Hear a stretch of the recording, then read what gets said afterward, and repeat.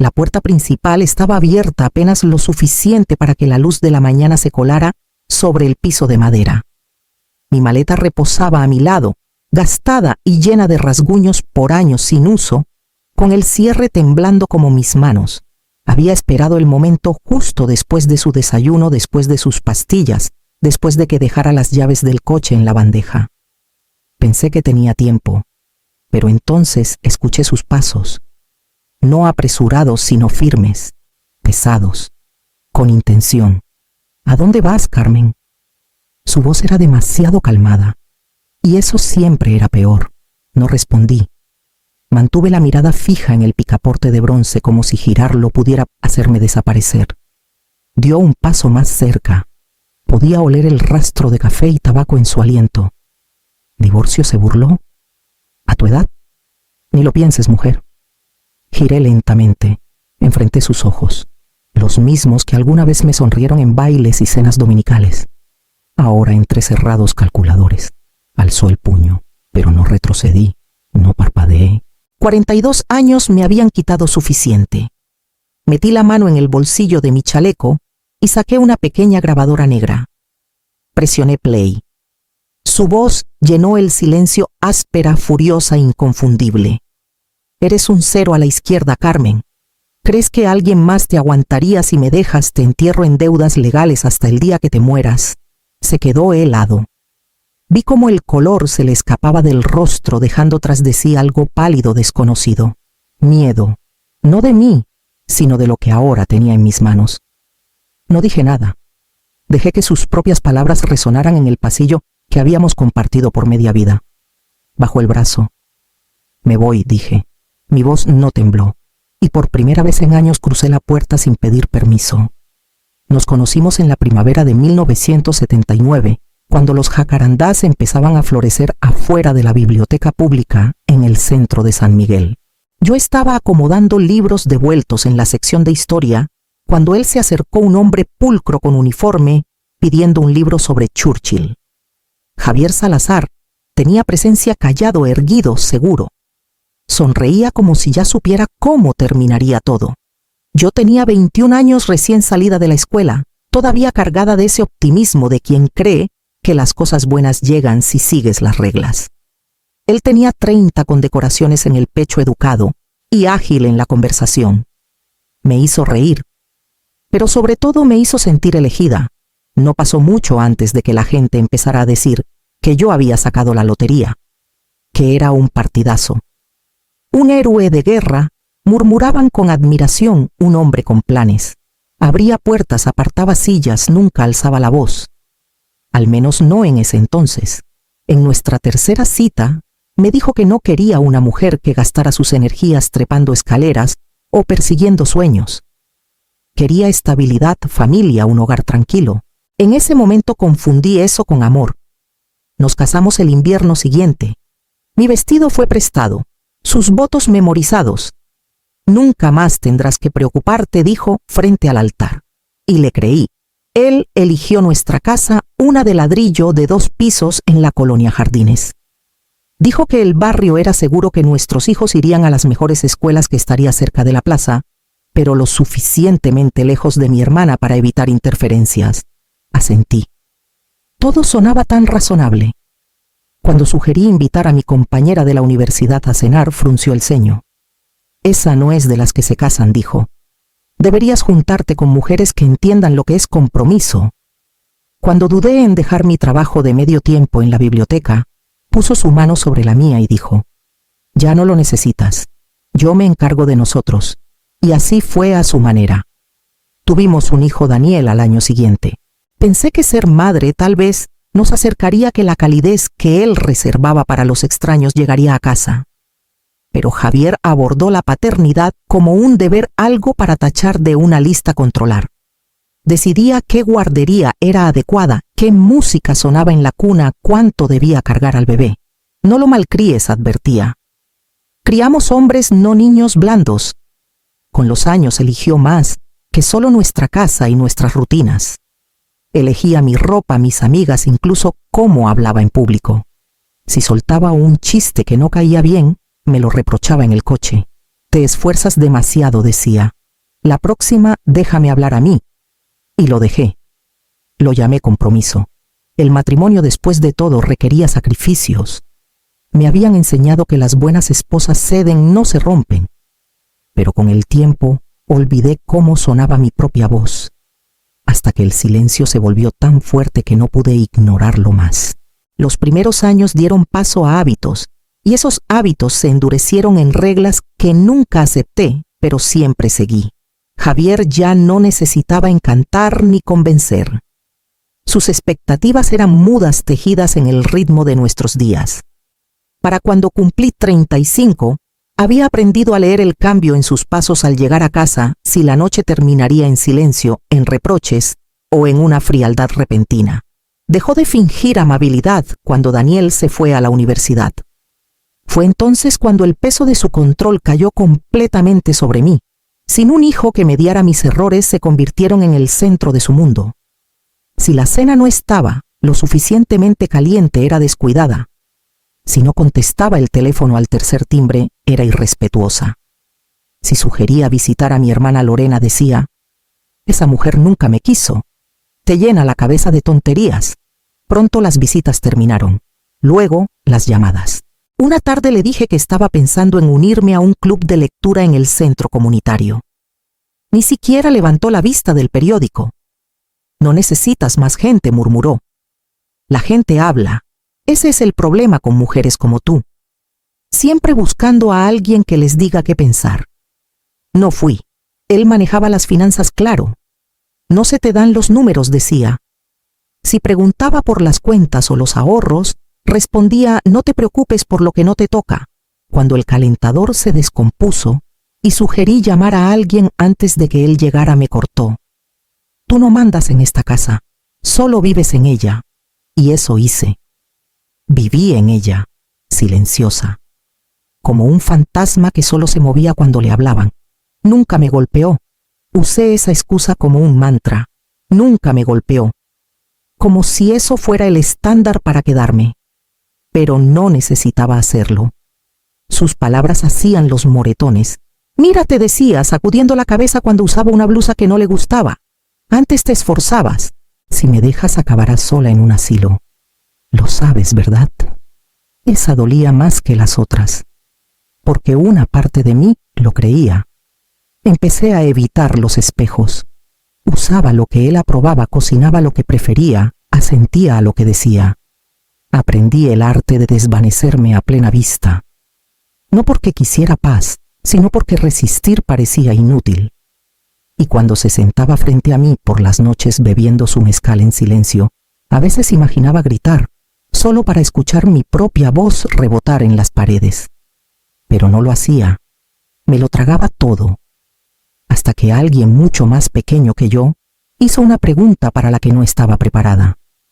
Era un domingo por la tarde, a finales de primavera. El aire era suave, de esos que antes me hacían pensar en nuevos comienzos. Daniela y yo doblábamos ropa en la sala mientras Javier veía las noticias en el cuarto de al lado, con el volumen alto para que yo escuchara cada palabra con la que estaba de acuerdo. Ella tenía 10 años, curiosa, como son los niños, cuando aún no saben qué preguntas hacen que los adultos se estremezcan. Abue dijo, doblando una de sus playeras con cuidado: ¿por qué estás tan callada con el abuelo? ¿Le tienes miedo? No recuerdo cómo respondí, probablemente con una sonrisa que no llegó a mis ojos. Tal vez dije algo sobre que él era serio o chapado a la antigua. Pero no importó. La pregunta ya había perforado algo que no sabía que era frágil. Ella volvió a doblar, tarareando sin notar la tormenta silenciosa que había desatado. Pero dentro de mí algo cambió. Una verdad pequeña y dura que había esperado años por un testigo, por fin se puso de pie. Si ella lo veía tan claro, tan inocente, entonces no estaba loca. No estaba exagerando. Y no estaba sola en saberlo. Esa noche me quedé despierta mientras Javier roncaba a mi lado, constante y ajeno. Miré el techo y pensé en cada vez que me dije que no era tan grave. Cada vez que puse excusas, cada vez que lo llamé amor, cuando en realidad era sobrevivir en un cuarto cerrado con las ventanas pintadas. y por primera vez en mucho tiempo comencé a hacer un plan. No para pelear, todavía no, sino para irme, silenciosa, cuidadosa, completamente preparada. No había hablado con Alma en años. Fue mi estudiante más brillante, luego mi ahijada por elección, no por sangre. Cuando su madre falleció, me mantuve cerca. Pero a Javier no le gustaba, decía que era demasiado audaz, demasiado opinada. Esa muchacha habla como si fuera dueña del lugar, murmuró una vez tras una breve visita. Con el tiempo dejé que la distancia creciera. Era más fácil así. Pero después de la pregunta de Daniela Alma, fue el primer nombre que vino a mi mente. Llamé desde un teléfono público detrás de la farmacia vieja y dejé un mensaje en su buzón de voz del trabajo. Usé un tono suave, palabras vagas, solo lo suficiente para decir que era yo y que necesitaba hablar. Me devolvió la llamada a la mañana siguiente. «Ven a mi casa», dijo sin dudar. Ahora, su departamento olía a albahaca y tinta de impresora. No preguntó por qué estaba ahí. Solo sirvió café, se sentó y esperó. El silencio se sentía más amable que cualquier pregunta. Le conté todo, despacio, en pedazos. No me interrumpió. Solo asentía con el rostro tenso por algo como rabia que se esforzaba por mantener controlada. Esa misma tarde, pedimos un pequeño dispositivo de grabación en línea. Se enganchaba al interior de mi chaleco disfrazado de botón. Alma me explicó cómo presionarlo, cómo subir los archivos a un servidor privado, que creó con un nombre que no significaba nada para ninguna de nosotras. Creó un correo que podía usar desde la computadora de la biblioteca del centro. Nunca desde casa, dijo, ni por error. Lo probamos durante una semana. Las grabaciones eran claras. La primera vez que escuché la voz de Javier por los audífonos, me sobresalté. Sin contexto, era inconfundible, veneno disfrazado de razón. Empecé a grabar todas las noches. Cada comentario en la cena, cada murmullo en el pasillo, cada portazo más fuerte de lo necesario. Alma organizaba los archivos por fecha, recortaba las frases más duras. Dijo, reproduciendo un clip de 2 minutos donde me regañaba por la cuenta de luz, «Este es el que hace que la gente escuche». Escribí un Nuevo Testamento, uno que Javier no conocía. Lo hice notarizar en la tienda de envíos cerca de la oficina de correos. Lo dejé todo a Daniel y Daniela con instrucciones para que Alma fuera la albacea. Puse transcripciones impresas, el dispositivo de memoria, una carta explicativa y una copia del testamento en un sobre sellado. La señora Morales, mi vecina de más de 30 años, abrió su puerta antes de que tocara. «Necesito un favor», dije. No parpadeó. «Pasa». Guardó el sobre en su panera sin preguntar qué había dentro. «Si algo me pasa», dije en voz baja, «llama al número que está dentro». «Lo haré», respondió. «Y Carmen, ten cuidado».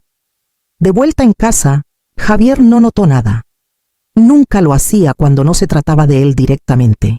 Seguía dándome recibos para archivar, seguía dando órdenes sobre la cena, seguía viendo las noticias de las 6 como si fueran palabra santa. Pero ahora yo notaba todo. Cada cambio en su tono, cada oportunidad, cada centímetro de espacio entre quién creía que era yo y quién me había convertido en silencio. Era temprano, no eran ni las 7, y la casa aún estaba a media luz cuando me paré junto a la puerta con mi maleta cerrada y lista. Había repasado cada paso en mi cabeza la noche anterior, el abrigo en el perchero, las llaves en mi bolsillo, el sobre guardado contra mi pecho como armadura. El albergue había confirmado la hora de ingreso. Alma esperaba en su coche a 3 calles de distancia. Solo tenía que caminar. Pero nunca llegué al picaporte. La voz de Javier vino desde atrás, baja y cortante. «¿De verdad crees que puedes hacer esto?» Me giré. Estaba al final del pasillo descalzo, aún en camiseta, pero alerta. Demasiado alerta. «Me voy», dije. Soltó una risa sin pizca de humor. «¿A dónde? A un albergue. Te vas a morir en ese lugar. Te vas a arrepentir toda tu vida». No respondí. Alcancé la puerta. «No me des la espalda», gruñó. Dio un paso más cerca, luego otro y alzó el puño. 42 años, y fue la primera vez. Pero no retrocedí. Metí la mano en el bolsillo de mi abrigo y saqué la grabadora. Presioné play. Su voz llenó el aire. No eres nada sin mí. Si te vas, me aseguraré de que no veas ni un peso. Te vas a pudrir antes de que te deje llevarte algo. Dejé que sonara, luego lo detuve. Saqué el sobre. Lo sostuve lo justo para que viera la etiqueta a la policía. Si algo le pasa a Carmen Salazar. Esto tiene 22 grabaciones, dije con calma. Un comprobante de fraude bancario. Y tu último correo al contador amenazando con cortarme de nuestra cuenta conjunta contra la ley estatal. Lo miró como si pudiera quemarlo. Un movimiento más, susurré. Y esto va a la policía, a los veteranos y al presidente de tu club de dominó. Bajó la mano. Su rostro pasó de la furia a algo más pequeño, impotente. Abrí la puerta. No me siguió. No dijo una palabra. Salí a la mañana gris, bajé los escalones del porche y subí al coche de Alma sin mirar atrás. El albergue era silencioso como lo son los hospitales, voces suaves, esquinas limpias, todo en su lugar. Me dieron una habitación al final del pasillo, con una cama individual y una silla junto a la ventana. Desempaqué mi maleta despacio, no porque hubiera mucho que sacar, sino porque mis manos no dejaban de temblar. En la cena me senté en una mesa redonda con 3 mujeres más. Una tarareaba mientras comía. Otra mantenía los ojos fijos en su bandeja. La tercera me ofreció una sonrisa que no pedía nada. No podía levantar el tenedor. Mis manos temblaban tanto que la sopa se movía en el tazón. Una consejera llamada Patricia lo notó. Se sentó a mi lado y dijo suavemente: «No llegaste tarde, llegaste justo a tiempo». Asentí, pero sus palabras se quedaron en mi pecho como un peso. Había escapado de la casa, sí, pero mi mente seguía ahí, esperando el sonido de sus zapatos en el piso, el leve portazo de un cajón, las preguntas que no eran preguntas. La primera noche no dormí. La segunda, dormí con la luz encendida. Para la cuarta, descansé casi 3 horas seguidas. Alma venía cada sábado, siempre con algo pequeño, un chaleco nuevo, pan fresco, una hoja con un chiste de internet. No intentaba arreglar nada. Solo se sentaba conmigo y a veces eso era todo lo que podía soportar. Poco a poco los bordes de mi miedo se desgastaron. El pánico no desapareció, pero se suavizó. Empecé a respirar completamente. Empecé a hablar sin cuestionar la forma de mis palabras. Y una mañana me desperté y me di cuenta de que no había pensado en Javier en horas. El día que presenté la demanda de divorcio, mis manos no temblaron. El equipo legal del albergue revisó cada grabación, cada documento. Hablaban con una certeza tranquila, como si nada de esto los sorprendiera. Cuando me dijeron que teníamos suficiente, les creí. Javier no respondió al primer aviso. Probablemente pensó que todo se desvanecería, que regresaría al darme cuenta de lo difícil que sería. Pero cuando llegó la fecha del juicio y yo seguía ahí con un abogado a mi lado y pruebas en la mano, su confianza se quebró. Llegó con su viejo saco, el que usaba cuando quería que lo tomaran en serio. Saludó al juez con desdén cortés, pero no me miró. Mi abogado reprodujo 2 grabaciones. Una de él regañándome por la cuenta de luz, otra burlándose de mi edad y amenazando con dejarme sin nada. La sala quedó en silencio, salvo por su voz afilada y expuesta a través de los altavoces.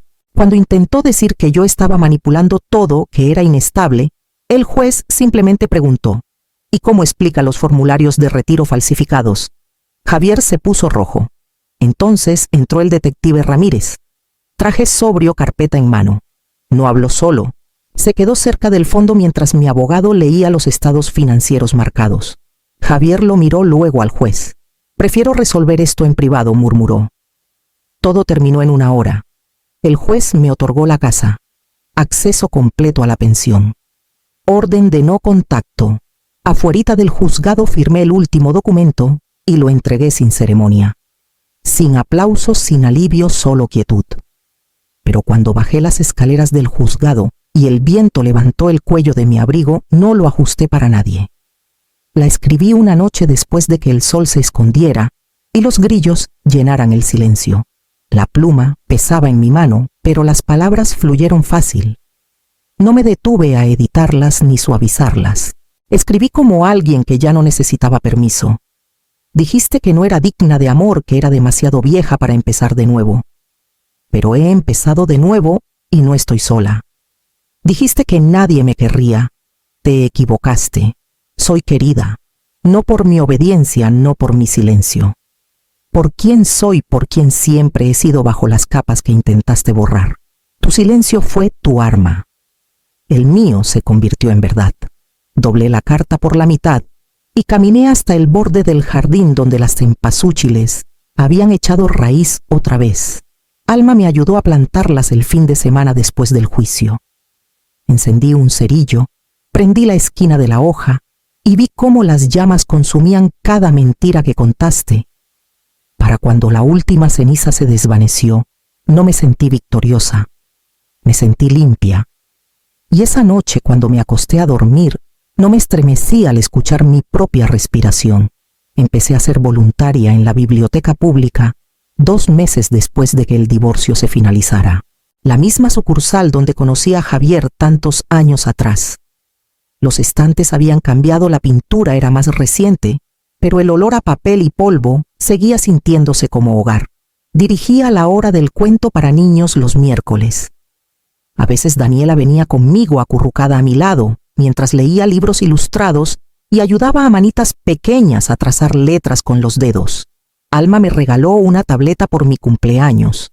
Instaló todo correo, audiolibros, hasta una app para pedir semillas para el jardín. Dijo que era hora de que tuviera herramientas que trabajaran para mí. A veces ahora río sin prepararme para las consecuencias. Y en las noches tranquilas me siento en el patio trasero, con las manos manchadas de tierra, el corazón no tan pesado. Pienso en las mujeres que no creerán que pueden irse hasta que alguien como yo lo diga en voz alta. Dicen que las mujeres mayores deben ser calladas, agradecidas, invisibles. Pero, ¿y si dejamos de pedir disculpas por sobrevivir? ¿Te quedarías si nadie estuviera mirando? ¿Qué harías si lo único que se interpone entre tú y la seguridad es una verdad que aún no has dicho en voz alta? Y si estás leyendo esto, es finalmente el momento de empacar tu propia maleta